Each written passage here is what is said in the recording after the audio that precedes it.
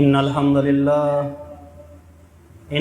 لله نحمده ونستعينه ونستغفره ونعوذ بالله من شرور أنفسنا ومن سيئات أعمالنا ومن يهده الله فلا مضل له ومن يضلله فلا هادي له وأشهد أن لا إله إلا الله وحده لا شريك له وأن محمدًا عبده ورسوله فإن خير الحديث كتاب الله وخير الهدي هدي محمد صلى الله عليه وسلم وشر الأمور محدثاتها وكل محدثة بدعة وكل بدعة ضلالة وكل ضلالة في النار فأعوذ بالله من الشيطان الرجيم بسم الله الرحمن الرحيم قاف والقرآن المجيد بل عجبوا جاءهم منذر منهم فقال الكافرون هذا شيء عجيب أئذا متنا وكنا ترابا ذلك رجع بعيد قد علمنا ما تنقص الأرض منهم وعندنا كتاب حفيظ بل كذبوا بالحق لما جاءهم فهم في أمر مريج أفلم ينظروا إلى السماء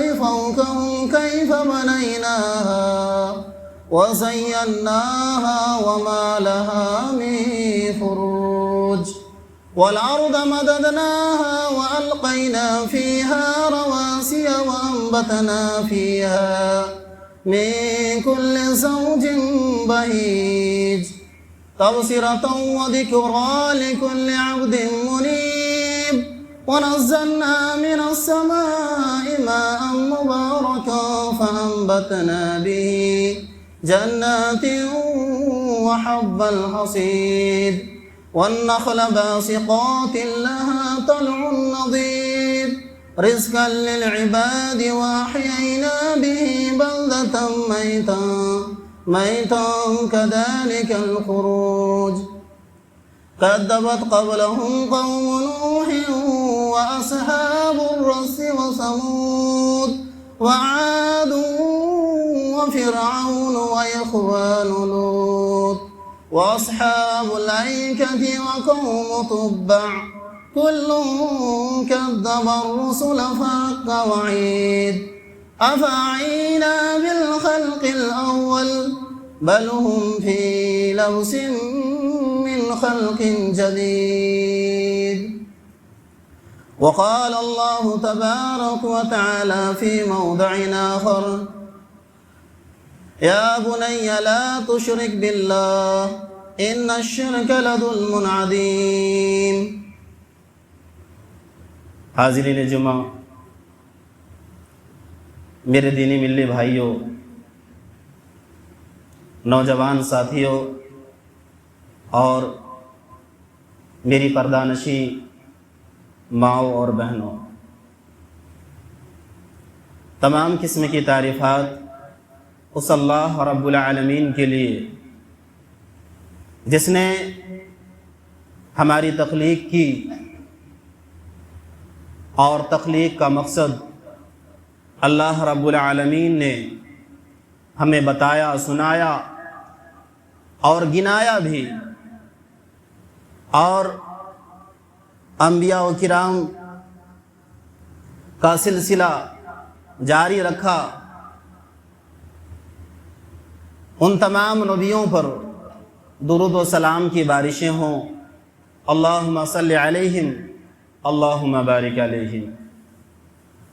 حاضرین جمعہ، آج کے اس خطبہ جمعہ میں اللہ رب العالمین کی توفیق سے جس موضوع پر باتیں ہوں گی وہ توحید ہے، جس توحید کی بنیاد پر رسولوں، انبیاء اور دیگر علماء صالحین آتے رہے اور ہر زمانے میں لوگوں کو توحید کی دعوت دی۔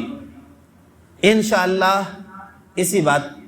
اسی چیز پر گفتگو کی جائے گی۔ دوستو، توحید پر باتیں کرنے سے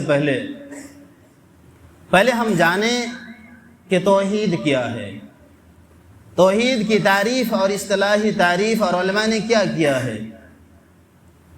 دوستو، توحید جو لفظ ہے، یہ توحید صرف کی کتابوں میں، علم نحو کے اندر تفعیل کا مصدر ہے۔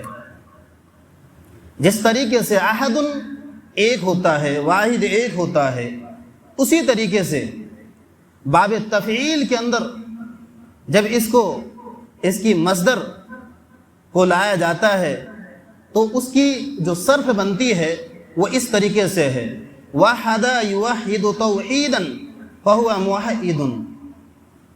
توحید جو مصدر ہے، اس کا معنی ہے ایک جاننا، ایک ماننا۔ یہ لفظی معنی ہے، یہ لغت کے اعتبار سے ایک جاننا، کسی چیز کو ایک چیز شمار کرنا۔ لیکن اصطلاح میں علماء نے جو اس کی تعریف لکھی ہے اور تعریف کی کتابوں میں جو ان کی تعریف ملتی ہے، اس کا معنی مطلب ہوتا ہے کہ اللہ رب العالمین کو توحید ربوبیت کے اندر ایک جاننا۔ اللہ رب العالمین کو توحید ربوبیت یعنی اللہ رب العالمین کو خالق، مالک، رازق اور متصرف الامور، تدبیر کائنات کے اندر ایک ماننا۔ توحید الوہیت یعنی اللہ رب العالمین کو ان کی اطاعت کے اندر، ان کی عبادت کے اندر، ان کی حاکمیت کے اندر ایک جاننا۔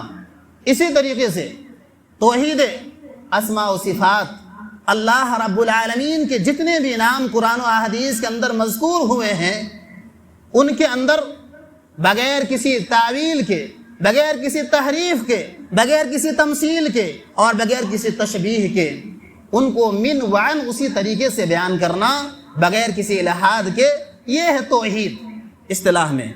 یعنی مطلب یہ ہوا اللہ رب العالمین کو توحید ربوبیت کے اندر، توحید الوہیت کے اندر اور توحید اسماء و صفات کے اندر ایک جاننا۔ میرے پیارے دوستو، یہ توحید کی دعوت ہی تھی جو انبیاء کرام کا سلسلہ جاری رہا، اور خطبہ جمعہ کے بعد میں نے جو کہا کہ تمام نبیوں پر درود و سلام کی بارشیں ہوں، کس بنیاد پر؟ انہوں نے ہر قوم کے اندر توحید کی دعوت دی، اور اس دنیا کی جو تخلیق ہوئی تو صرف توحید کی بنیاد پر۔ تمام انبیاءوں کا سلسلہ جاری رہا تو صرف توحید کی بنیاد پر، اور ہماری بھی تخلیق ہوئی تو صرف توحید کی بنیاد پر۔ گویا کہ توحید یہ دین کی جڑیں ہیں، اگر توحید کامل نہ ہو تو پھر دین ادھورا رہ جائے گا۔ سب سے پہلے اگر کوئی شخص دین اسلام کے اندر داخل ہوتا ہے تو کلمہ توحید، کلمہ شہادتین کا اقرار کرنا پڑے گا۔ اگر وہ کلمہ توحید کو اقرار نہیں کرتا تو وہ مسلمان نہیں ہو سکتا، وہ کامل مسلمان نہیں ہو سکتا۔ اللہ رب العالمین نے اور اللہ کے رسول صلی اللہ علیہ وسلم کی حدیثوں کو دیکھتے ہیں تو معلوم ہو جاتا ہے کہ ایک جو ارکان اسلام ہے، جو اسلام کی جڑیں ہیں، جس پر اسلام قائم ہے، اور جس اسلام جن پیلروں اور جن بنیادوں پر کھڑا ہے، وہ ان میں سے پہلا توحید ہے۔ اللہ کے رسول صلی اللہ علیہ وسلم کی حدیث ہے، بنی الاسلام علی خمس، شہادت اللہ الہ الا اللہ وان محمد عبدہ ورسولہ۔ اور اسلام کی جو بنیادیں ہیں، اسلام کی جو جڑیں ہیں، وہ 5 چیزوں پر قائم ہے۔ نمبر 1، شہادت اللہ الہ الا اللہ، اس بات کی گواہی دینا کہ اللہ رب العالمین کے علاوہ کوئی معبود نہیں، وَأَنَّ مُحَمَّدًا عَبْدُهُ وَرَسُولُهُ، اور ساتھ ہی میں جناب محمد سرکار دو عالم صلی اللہ علیہ وسلم کی رسالت اور ان کی عبودیت کا اقرار ہے۔ اگر کوئی شخص اللہ رب العالمین کی وحدانیت کو قبول کرتا ہے اور آپ صلی اللہ علیہ وسلم کی عبودیت اور رسالت کا انکار کرتا ہے تو وہ کامل مومن نہیں ہو سکتا، وہ اسلام کے اندر داخل نہیں ہو سکتا۔ اسی طریقے سے وَإِقَامِ الصَّلَاةِ، نماز کا ادا کرنا، وَإِيتَاءِ الزَّكَاةِ، اور زکوٰۃ اور فرائض کا ادا کرنا ہے، وَصَوْمِ رمضان، اور رمضان کا روزہ رکھنا، وَحِجُّ الْبَيْتِ مَنِ اسْتَطَاعَ إِلَيْهِ سَبِيلًا، اور خانہ کعبہ کا حج کرنا، اس کی جانب قصد کرنا اگر اللہ رب العالمین نے اتنی استطاعت دے رکھی ہے تو یہ 5 جڑیں ہیں اسلام کی، 5 بنیاد ہے جس پر اللہ کے رسول صلی اللہ علیہ وسلم نے بتلایا کہ اسلام کی جو بنیاد ہے وہ 5 چیزوں پر ہے۔ ان میں ایک چیز جو خطبہ جمعہ کے اندر جو موضوع ہے میرا، وہ توحید ہے۔ اگر ہم اس چیز پر غور کرتے ہیں کہ اسلام کی جو جڑیں 5 چیزوں میں سے جو پہلا بنیاد ہے وہ اللہ رب العالمین کی وحدانیت کی شہادت دینا اور جناب محمد سرکار دو عالم صلی اللہ علیہ وسلم کی عبودیت اور رسالت کا اقرار کرنا ہے، تو لا الہ الا اللہ کے اندر بنیادی 2 جز ہے۔ اگر ہم اس کے اندر غور کرتے ہیں تو 2 جز ہے، ایک لا الہ الا اللہ، لا الہ کوئی معبود برحق نہیں، سب سے پہلے تمام معبودان باطلہ کا انکار ہے۔ دنیا کے اندر لائے نہیں استعمال ہوا ہے اور لائے نہیں کے اندر عمومیت پایا جاتا ہے، گویا کہ دنیا کے اندر کوئی ایسی ہستی نہیں جس کی عبادت کی جائے۔ دنیا کے اندر جتنے بھی معبودان باطلہ ہیں، جتنے بھی طاغوت ہیں، جتنے بھی چیزیں ہیں جس کی عبادت کی جاتی ہے، اللہ رب العالمین نے اس کی نفی کی۔ تو پہلے اس کے اندر پہلے کلمے کے اندر جو 2 جز ہے، پہلا جز ہے وہ نفی ہے۔ سب سے پہلے اللہ رب العالمین نے تمام چیزوں کی نفی کی، کوئی معبود نہیں، دنیا کے اندر کسی کی عبادت نہیں کی جائے گی، دنیا کے اندر ایسی کوئی ہستی یا کوئی ذات ایسی موجود نہیں جس کے آگے سر ٹیکا جائے، جس کی عبادت کی جائے۔ تو اللہ رب العالمین نے پہلے جز کے اندر نفی کیا ہے۔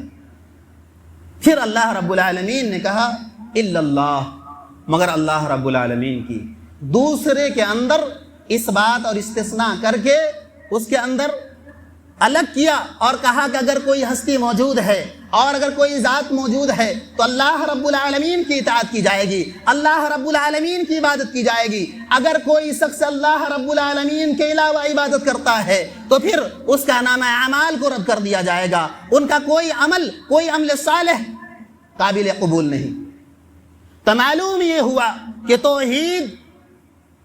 توحید عبادت کی بنیادی شرط اور قبولیت کی بنیادی جڑیں ہیں۔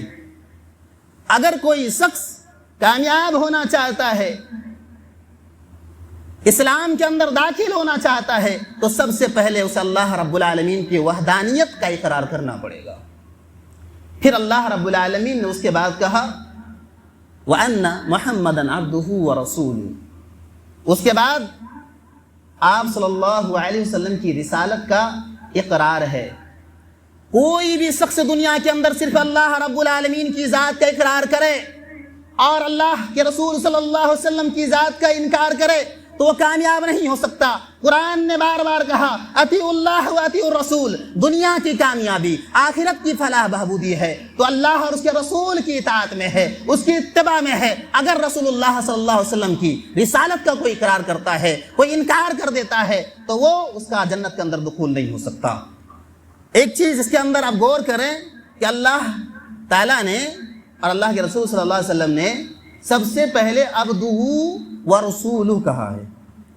رسول سے پہلے آپ صلی اللہ علیہ وسلم ایک بندہ ہیں، پہلے رسول نہیں ہے آپ صلی اللہ علیہ وسلم۔ اور آپ صلی اللہ علیہ وسلم اور اللہ رب العالمین نے فرما دیا کہ آپ صلی اللہ علیہ وسلم بھی ایک عام بندے ہیں۔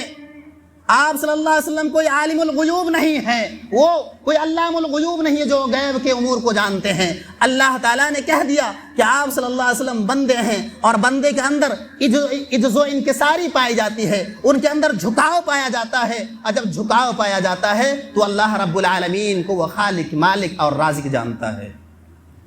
اس لیے اللہ رب العالمین نے کہا وَمَا خَلَقْتُ الْجِنَّ وَالْإِنسَ إِلَّا لِيَعْبُدُونَ، میں نے انسانوں کو اور جنوں کی تخلیق اس لیے کی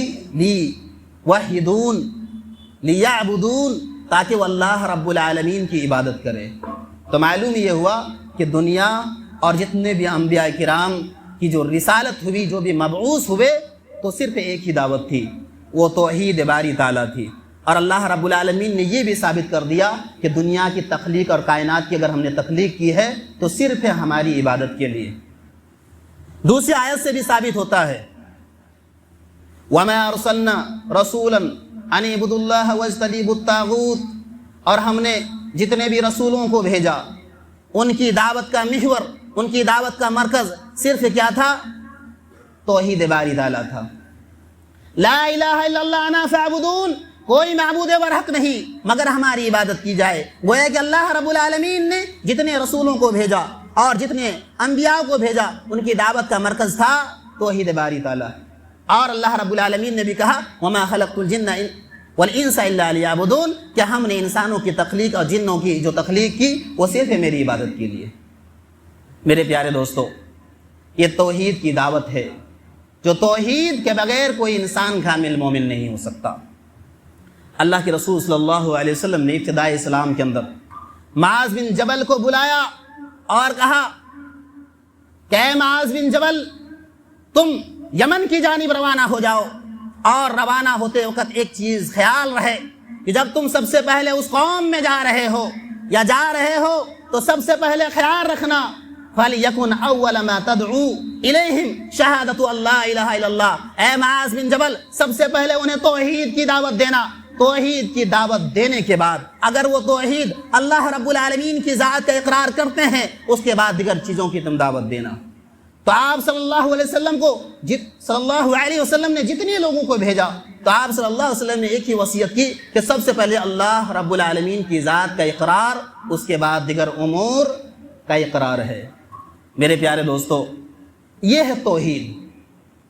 اب آئیے دیکھتے ہیں کہ توحید کی بنیادی 3 اقسام ہیں: توحید ربوبیت، توحید الوہیت اور توحید اسماء و صفات۔ صرف توحید اللہ رب العالمین کو ایک مان کر اس کے اندر خاموشی برتنا، صرف یہ توحید نہیں ہے۔ اللہ رب العالمین کی ذات کو سمجھتے ہیں کہ اللہ رب العالمین کس طریقے سے اپنے تمام امور کے اندر اکیلا ہے، اس کے ذات کے اندر کوئی شریک نہیں۔ تو توحید ربوبیت اس بات کا پختہ اعتقاد رکھنا کہ اللہ رب العالمین خالق، مالک، رازق اور تمام کائنات کا تصرف کرنے والا، متصرف الکائنات، متصرف الامور اللہ رب العالمین ہے۔ اگر اللہ رب العالمین دینے والا ہے تو گویا کہ اللہ رب العالمین رازق ہے۔ اگر اللہ رب العالمین کے رازق ہونے میں کسی کو شک ہے، اس کے اندر کسی اور کو سامنے دست دراز ہوتا ہے، اللہ رب العالمین کے علاوہ کسی اور سے مانگتا ہے، کسی اور کے چوکھٹ پہ جا کے اپنے ماتھے کو ٹیکتا ہے، تو گویا کہ اللہ رب العالمین کے ساتھ کسی اور کو شریک کر رہا ہے۔ اللہ رب العالمین کو رازق سمجھنا یہ توحید ربوبیت ہے۔ اللہ رب العالمین کو رب ماننا یہ توحید ربوبیت ہے۔ اللہ رب العالمین کو خالق ماننا یہ توحید ربوبیت ہے۔ اللہ رب العالمین جو کائنات کو پلٹتا ہے، اللہ رب العالمین جو تمام چیزوں کو گھیر رہا ہے، یہ توحید ربوبیت ہے۔ اس کے اندر اگر کوئی شخص شریک کر رہا ہے، اگر یہ سمجھ رہا ہے کہ اوقات بدل رہے ہیں، اس میں اللہ رب العالمین کا ہاتھ نہیں، رزق پہنچ رہا ہے، ہماری کوششیں ہیں، اللہ رب العالمین کا اس کے اندر ہاتھ نہیں، تو گویا کہ اللہ رب العالمین کے ذات کے ساتھ وہ اللہ رب العالمین کے ساتھ شریک ٹھہرا رہا ہے۔ اللہ رب العالمین نے کفار مشرکین کی جانب اشارہ کہا اور کہا اے لوگو یا ایھا الناس اعبدوا ربکم الذی خلقکم والذین من قبلکم لعلکم تتقون۔ یا ایھا الناس اعبدوا، اے لوگو اللہ رب العالمین کی عبادت کرو، خلقکم، جنہوں نے تمہاری تخلیق کی۔ اللہ رب العالمین نے توحید الوہیت کے ساتھ کہا کہ تم اللہ رب العالمین کی عبادت کرو۔ کیوں؟ کیونکہ میں تمہارا خالق ہوں، تمہارے معبودان باطلہ نے تمہاری تخلیق نہیں کی جس کی تم سجدے کرتے ہو، جس کے سامنے تم اپنا ماتھا ٹیکتے ہو، بلکہ رازق رب میں ہوں، تمہارا خالق میں ہوں۔ اور یہ بھی یاد رہے، اگر تم یہ سوچتے ہو کہ ہم سے پہلے جو آباء و اجداد تھے ان کی تخلیق ہمارے معبودان باطلہ نے کی ہے، تو اللہ نے اس کی بھی نفی کی اور کہا والذی خلقکم، کہ تم اللہ رب العالمین کی عبادت کرو۔ اور اس سے پہلے کہ اللہ رب العالمین نے تمہارے آباء و اجداد کی تخلیق بھی اللہ رب العالمین نے کی، تو اللہ رب العالمین نے ان چیزوں کی تخلیق کی اور ان کی جانب اور ان کے ذہن کو صاف کیا اور کہا الذی جعل لکم الارض فراشا والسماء بناء، اور وہی وہ ذات ہے جنہوں نے آسمان کو چھت اور زمین کو بچھونا بنایا۔ کس شخص نے؟ خالق کون ہے؟ اللہ رب العالمین ہے۔ اگر تم کھلا آسمان کے نیچے تم سانسیں لے رہے ہو، تمہاری زندگی ہے، تو اللہ رب العالمین کے عنایات ہیں، اللہ رب العالمین کے نوازشات ہیں۔ اور یہ بھی یاد رہے جس زمین کے اندر تم چلتے ہو یہ بھی اللہ رب العالمین کے نوازشات ہیں۔ تو اللہ رب العالمین نے کہا اتنا کچھ جاننے کے بعد بھی فَلَا تَجْعَلُوا لِلَّهِ أَندَادًا وَأَنْتُمْ تَعْلَمُونَ، اللہ رب العالمین کے ساتھ کسی کو شریک نہ ٹھہراؤ۔ تو اس آیت کے اندر اللہ رب العالمین نے خالق، مالک، رازق بتا دیا کہ میں ہی ہوں۔ میرے پیارے دوستو، اسی طریقے سے بہت ساری آیات ہیں قرآن و حدیث کے اندر جو اللہ رب العالمین کی ذات، اللہ رب العالمین کے خالق ہونے میں، رازق ہونے میں اور متصرف ہونے پر دلالت کرتی ہیں۔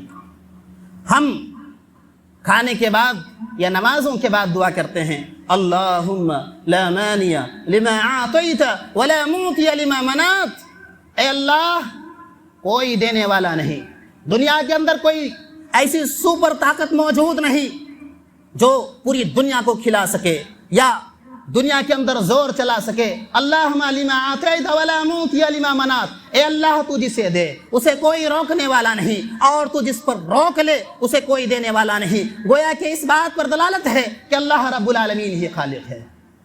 میرے پیارے دوستو، تو یہ ہے توحید ربوبیت، جو اللہ رب العالمین کو اس کے خالق، مالک، رازق اور متصرف الامور میں ایک جاننا۔ اس کے بعد ہے توحید الوہیت۔ توحید الوہیت کا معنی یہ ہے کہ اللہ رب العالمین کو ایک مانا جائے۔ کس چیز کے اندر؟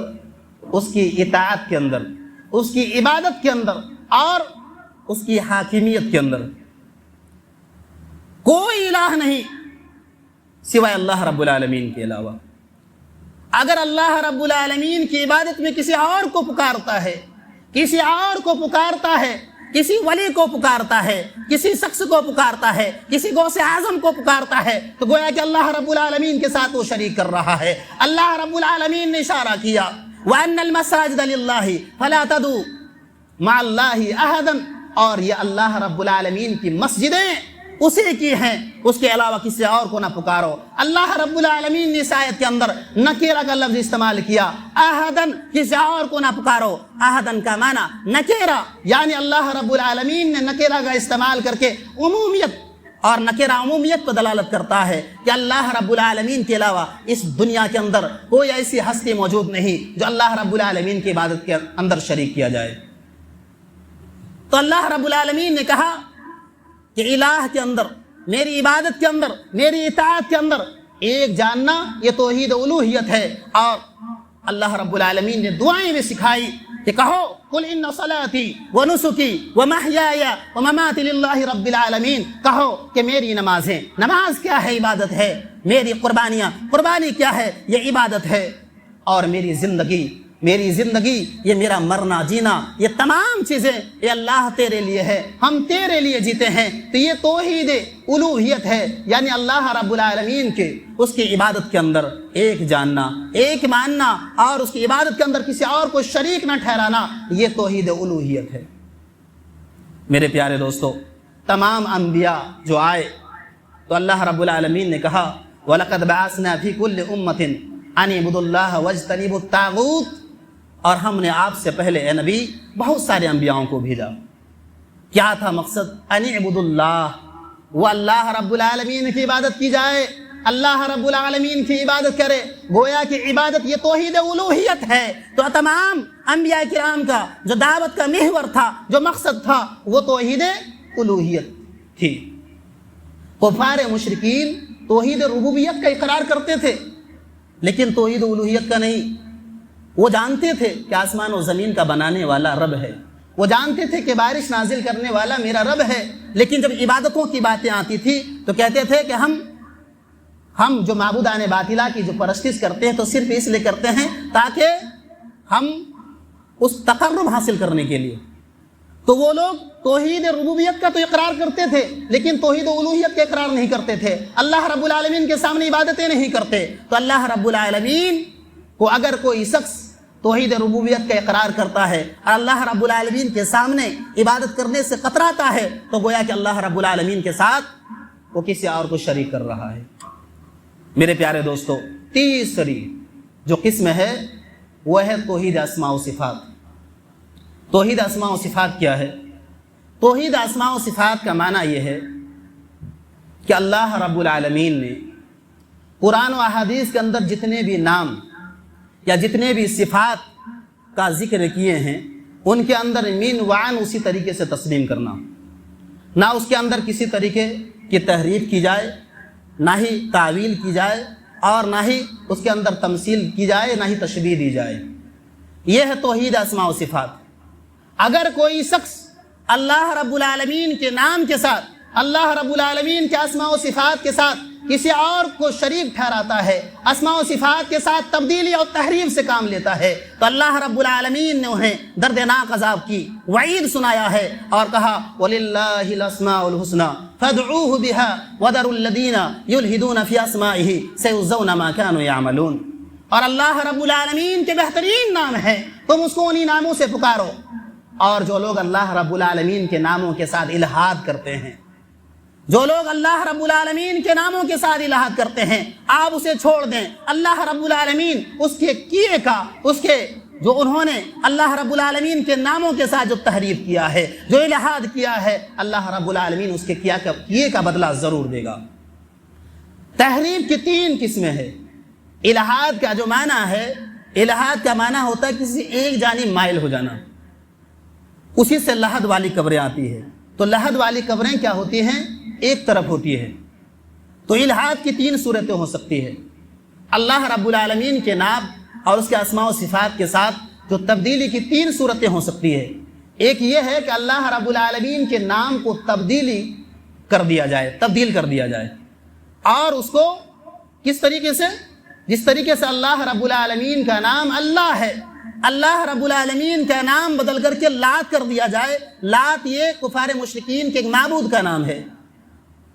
اگر اللہ رب العالمین کے نام کے ساتھ تبدیلی کر دیا جائے تو یہ بھی اللہ رب العالمین کے اسماء و صفات کے ساتھ الہاد ہے۔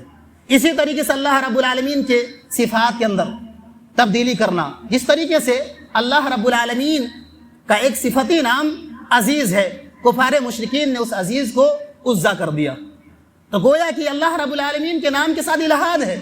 اسی طریقے سے دوسری الہاد کی صورت یہ ہو سکتی ہے کہ اللہ رب العالمین کے نام کے ساتھ زائد کی جائے۔ اللہ نے اور اللہ کے رسول صلی اللہ علیہ وسلم نے جو بھی اللہ رب العالمین کے نام قرآن و حدیث کے اندر آئے ہیں اس کو اسی نام سے پکارا جائے، اس کے اندر الہاد نہ کی جائے۔ اگر کوئی شخص اللہ رب العالمین کے نام اور صفتی نام کے ساتھ اگر زیادتی کرتا ہے، زیادتی کا معنی یہ ہے کہ اللہ رب العالمین نے جو نام بیان کیے ہیں صرف انہی ناموں کو چھوڑ کر کے تمام صفتی نام بیان کر کے اس کو اسی نام سے پکارا جائے۔ مثلا اللہ رب العالمین کا نام کیا ہے؟ اللہ، اللہ ہی کو تسلیم کر لیا جائے اور اس کے جتنے بھی صفاتی نام ہیں اس کا انکار کر دیا جائے، تو یہ بھی الہاد ہے۔ اسی طریقے سے اللہ رب العالمین کے اسماء و صفات کے ساتھ تحریف کر دیا جائے، اس کی غلط تعویلیں نکالی جائے۔ اللہ رب العالمین نے کہیں ہاتھ کا تذکرہ کیا ہے تو اس کے نام کو، اس نام کو انسانوں کے ہاتھ سے تشبیہ دے دی جائے کہ اللہ رب العالمین کا جو ہاتھ ہے یا اللہ رب العالمین کا جو سننے کا معیار ہے وہ انسانوں کے سننے کے معیار کے اعتبار سے ہے۔ یہ کیا ہے؟ یہ تعویل ہے، یہ تشبیہ ہے، انسانوں سے تشبیہ نہیں دی جا سکتی۔ اللہ رب العالمین کا دیکھنا انسانوں کے دیکھنے کی طرح نہیں ہے۔ انسانوں کا دیکھنا صرف اتنا ہے کہ صرف دیوار تک ان کی حد ہے، اس کے پیچھے نہیں دیکھ سکتا، لیکن اللہ رب العالمین کیا ہے؟ انہ هو السمیع البصیر، اللہ رب العالمین سننے والا ہے اور دیکھنے والا ہے، پوری دنیا کو دیکھ رہا ہے۔ میرے پیارے دوستو، اسی طریقے سے کفار مشرکین نے اللہ رب العالمین، اللہ کے رسول صلی اللہ علیہ وسلم کے پاس آئے اور کہا کہ جو اللہ رب العالمین کا نام لیتے ہیں آپ، اس کی کیا کنیت ہے، اس کا حسب نسب کیا ہے؟ تو اللہ رب العالمین نے کہا اے نبی ان کے سامنے کہہ دو قل هو اللہ احد اللہ الصمد لم یلد ولم یولد ولم یکن لہ کفوا احد قل هو اللہ احد اللہ ایک ہے، کہہ دو اللہ ایک ہے، اللہ الصمد اللہ رب العالمین اپنی عبادات کے اندر، اپنی خلقت کے، اللہ رب العالمین اپنی طاقت میں، اپنی جلال کے اندر اور اپنی سپر پاور طاقت کے اندر اللہ رب العالمین ہے۔ اللہ الصمد اللہ رب العالمین بے نیاز ہے، اللہ رب العالمین محتاج نہیں، کسی اور کا عاجز نہیں ہے، تم فقیر ہو۔ اللہ رب العالمین نے قرآن کریم کے اندر فرمایا کہ وَأَنْتُمُ الْفُقَرَاءُ کہ تم فقیر ہو، اللہ غنی اللہ کیا ہے؟ بے نیاز ہے، وہ کسی کا محتاج نہیں۔ اللہ رب العالمین نے کہا کہ اللہ الغنی الحمید اللہ رب العالمین غنی ہے، اللہ رب العالمین محتاج نہیں ہے۔ اسی طریقے سے قل هو اللہ احد اللہ الصمد لم یلد ولم یولد اللہ رب العالمین نہ کسی سے جنا گیا اور نہ ہی اس کے بال بچے ہیں۔ کفار مشرکین کہا کرتے تھے کہ اللہ رب العالمین نعوذ باللہ عزیر علیہ السلام کیا ہیں؟ ان کے بیٹے ہیں، اور یہود و نصارہ کہا کرتے تھے عیسیٰ علیہ السلام ان کے بیٹے ہیں، اور کفار مشرکین جو جہالات تھے، جو جاہل قسم کے تھے، وہ لوگ کہتے تھے کہ نعوذ باللہ یہ فرشتے اللہ رب العالمین کی بیٹیاں ہیں۔ تو اللہ رب العالمین نے نکیر کی اور کہا لا ينبغي للرحمن ان يتخذ ولدا، رحمان کے لیے مناسب نہیں، رحمان کے لیے مناسب نہیں کہ ان کے لیے بال بچے ہوں۔ اللہ رب العالمین کے لیے زیبا نہیں، اللہ رب العالمین لا زوال ہے، اللہ رب العالمین بے مثال ہے، اللہ رب العالمین کی کوئی تمثیل نہیں۔ اور اللہ رب العالمین نے پکار کے کہا اللہ لا الہ الا هو الحی القیوم لا تاخذہ سنۃ ولا نوم، اللہ رب العالمین وہ ذات ہے حی القیوم، وہ ہمیشہ سے زندہ ہے اور ہمیشہ قائم رہے گا، نہ اسے نیند آتی ہے نہ اسے اونگ آتی ہے۔ تو اللہ رب العالمین نے کہا کہ اللہ رب العالمین کی جو ذات ہے وہ کیا ہے؟ قادر ہے، مختار ہے، لا زوال ہے، بے مثال ہے۔ میرے پیارے دوستو، پھر اللہ رب العالمین نے کہا وَلَمْ يَكُنْ لَهُ كُفُوًا أَحَدٌ اللہ رب العالمین کے برابر کوئی نہیں، اللہ رب العالمین کے برابر کوئی نہیں ہے، نہ اللہ رب العالمین کی کوئی چیز سے تمثیل دی جا سکتی ہے۔ اللہ رب العالمین نے کہا وَلَيْسَ كَمِثْلِهِ شَيْءٌ فِي الْأَرْضِ وَالسَّمِيعُ الْبَصِيرُ اللہ رب العالمین کی مثال کوئی چیز نہیں، اللہ رب العالمین سمیع ہے، بصیر ہے۔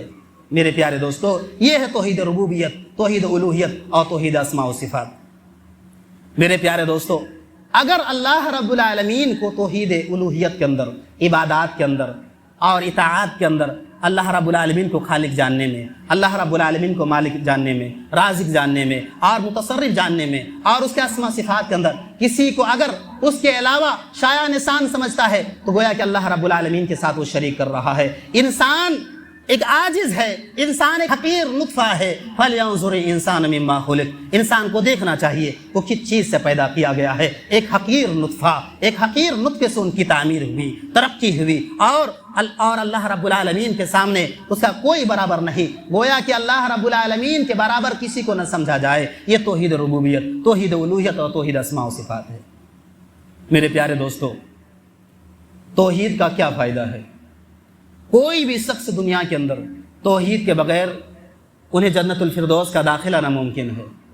اللہ رب العالمین نے قرآن مجید کے اندر کہا ان الذین قالوا ربنا اللہ ثم استقاموا تتنزل علیہم الملائکہ الا تخافوا ولا تحزنوا وابشروا بالجنۃ التي کنتم توعدون۔ ان الذین قالوا جن لوگوں نے کہا کہ ہمارا رب اللہ رب العالمین ہے، ثم استقاموا پھر اس پر ڈٹ جاتے ہیں، پھر دنیا کی جاری نہیں دیکھتے، پھر کسی اور کے چوکھٹ پہ جا کے ماتھا نہیں ٹیکتے، بلکہ اللہ رب العالمین کو مائن کر کے اس پر استقامت اختیار کرتے ہیں۔ تتنزل علیہم الملائکہ تو موت کے وقت جب ان کی جان کنی کی عالم ہوتی ہے، جب وہ مرنے کے قریب ہوتا ہے، اللہ کے فرشتے ان کے منہ کے سرہانے، ان کے سرہانے پہ کھڑے ہو جاتے ہیں اور کہتے ہیں ولا تحزنوا اللہ تخافوا ولا تحزنوا، اے اللہ کے بندے نہ خوف کھاؤ، خوف نہ کھاؤ، تم نے رب مانا ہے، اللہ رب العالمین کو مان کر کے اس پر استقامت اختیار کیا ہے، تم غم نہ کرو اور نہ ہی تم خوف کھاؤ۔ ہم آج اللہ کے فرشتے جنت کی خوشخبریاں لے کے آئے ہیں، اور یہ خوشخبریاں عام انسانوں کو نہیں ملتی، یہ خوشخبریاں تو ملتی ہے تو صرف اللہ رب العالمین کی ذات کی اقرار کرنے کے بعد اس پر استقامت اختیار کرتے ہیں، اس پر ڈٹ جاتے ہیں۔ میرے پیارے دوستو، تو معلوم یہ ہوا کہ جو اللہ رب العالمین کی جو موحدین ہوتے ہیں، جو اللہ رب العالمین کے توحید کے اقرار کرنے والے ہوتے ہیں، کل قیامت کے دن انہی کو جنت کی خوشخبریاں دی جائیں گی۔ اسی طریقے سے دنیا کے اندر ہدایت اور آخرت کے اندر جو ہدایت یافتہ ہوں گے وہ صرف موحدین ہوں گے، اللہ رب العالمین کو ماننے والے ہوں گے۔ اللہ رب العالمین نے کہا ان الذین لم یلبسوا ایمانہم بظلم اولئک لہم الامن وہم مہتدون، جن لوگوں نے ایمان لایا اور ایمان لانے کے بعد اپنے ایمان کے ساتھ اپنے ایمان کو شرک سے ملوث نہیں کیا، لہم الامن، انہی کے لیے دنیا کے اندر امن ہے، وہم مہتدون، اور وہی لوگ آخرت میں ہدایت یافتہ ہوں گے۔ تو میرے پیارے دوستو، اگر توحید کو جو فائدے ہیں تو گویا کہ معلوم یہ ہوا کہ امن بھی اور ہدایت یافتہ بھی اور جو جنت کی خوشخبریاں ہیں تو وہ موحدین کو دی جائے گی۔ اسی طریقے سے اللہ رب العالمین نے کہا کہ فمن كان يرجو لقاء ربه فليعمل عملا صالحا ولا يشرك بعبادة ربه احدا۔ اسی طریقے سے جو لوگ اللہ رب العالمین کی ملاقات کی امید رکھتے ہیں، جن لوگوں کو یقین ہے کہ اللہ رب العالمین سے ملاقات کریں گے، انہیں چاہیے کہ وہ عمل صالح کرے، اور عمل صالح کرنے کے ساتھ ساتھ اللہ نے کہا ولا يشرك بعبادت ربہ احدا، اور اللہ رب العالمین کی ذات کے ساتھ، اللہ رب العالمین کی ربوبیت کے ساتھ، اللہ رب العالمین کی ذات اقدس کے ساتھ کسی کو شریک نہ ٹھہرائیں۔ اگر کوئی شخص شرک کر لیتا ہے تو اللہ رب العالمین نے کہا کہ ایسے لوگوں کا جہنم ٹھکانہ ہے۔ اللہ رب العالمین نے کہا ان الذین من اہل الکتاب والمشرکین فی نار جہنم خالدین فیہا اولئک شر البریہ، جن لوگوں میں سے جو اہل کتاب میں سے جن لوگوں نے ایمان نہیں لایا یا جن لوگوں نے شرک کیا، ان کا ٹھکانہ جہنم ہے، اور جہنم میں جانے والی یہ بدترین مخلوق ہے۔ تو اللہ رب العالمین نے ان آیات کے اندر جو موحدین کو خوشخبری بھی سنائی کہ ایک توحید کا پرستار جو توحید کا ماننے والا ہے، اسے کل قیامت کے دن اور دنیا کے اندر کن چیزوں کی نصیب ہوگی۔ اور اللہ رب العالمین نے یہ بھی کہا اگر میری ذات کے ساتھ کسی کو شریک کرو گے تو تیری دنیا بھی میں بگاڑ دوں گا، اور آخرت میں تمہارا انجام اور تمہارا جو حشر نصر ہوگا وہ فرعون کے ساتھ ہوگا، تمہارا دجال کے ساتھ ہوگا، اور دنیا کی جو بدترین مخلوق ہے آج کے دور میں یا کل کے دور میں ان کے ساتھ تمہارا حشر نصر ہوگا۔ اس لیے اللہ رب العالمین سے دعا گو ہوں کہ اے مولا کریم ہمیں موحد بنا دے۔ اے مولا کریم تمہاری ذات کے ساتھ آج دنیا کے اندر ہزاروں شرک و بدعات ہیں، بدعات بھی اللہ کے رسول صلی اللہ علیہ وسلم نے کہا کل بدعت ضلالہ، اور ہر بدعت گمراہی ہے، اور ہر گمراہی یہ جہنم کی جانب دھکیلنے والی ہے۔ تو آج بدعات ہیں، لوگ جا کر کے قبروں کے اندر اپنی مرادیں مانگتے ہیں قبروں کے اندر، اور نہ جانے اللہ رب العالمین جو ہر چیز کا شافی ہے تعویذیں پہنتے ہیں، نظر و نیاز غیر اللہ کے لیے ہوتی ہیں، اور نہ جانے کتنے کتنے بدعات ہیں، نہ جانے اللہ رب العالمین کے ساتھ کتنے کتنے خرافات اور کس طرح طرح کے اعتقادات ہیں۔ اللہ رب العالمین نے کہا ان لوگوں کا انجام بھی کیا ہوگا؟ جہنم ہوگا، اور جہنم کن لوگوں کا انجام ہے؟ اللہ رب العالمین کل قیامت کے دن جہنم کے اندر جتنے بھی معبودان باطلہ اور جتنے بھی بدعات ہیں سب کو جہنم میں ڈال دے گا، اور ان کا حشر نصر جہنم ہوگا۔ اس لیے ابھی ہوش کے ناخن لینے کا ہے کہ آپ موحد بنیں، اپنے ایمان کو غلط چیزوں کے اندر اور غلط چیزوں میں نہ پڑھائیں، بلکہ اپنے ایمان کو خالص کریں اور اللہ رب العالمین کے لیے جئیں۔ اللہ رب العالمین ہمیں موحد بنا دے۔ اے اللہ جب ہمارا خاتمہ ہو تو توحید باللہ پر ہو، اور ہمیں استقامت اور جان کنی کی حالت میں ہمیں شہادت اللہ الہ الا اللہ کی نصیب عطا فرمانا۔ آمین۔ وآخر دعوانا ان الحمدللہ رب العالمین۔ السلام علیکم ورحمۃ اللہ۔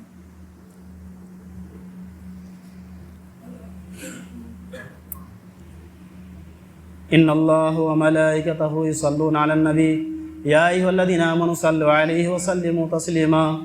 اللهم صل على محمد وعلى آل محمد كما صليت على إبراهيم وعلى آل إبراهيم إنك حميد مجيد۔ اللهم بارك على محمد وعلى آل محمد كما باركت على إبراهيم وعلى آل إبراهيم إنك حميد مجيد۔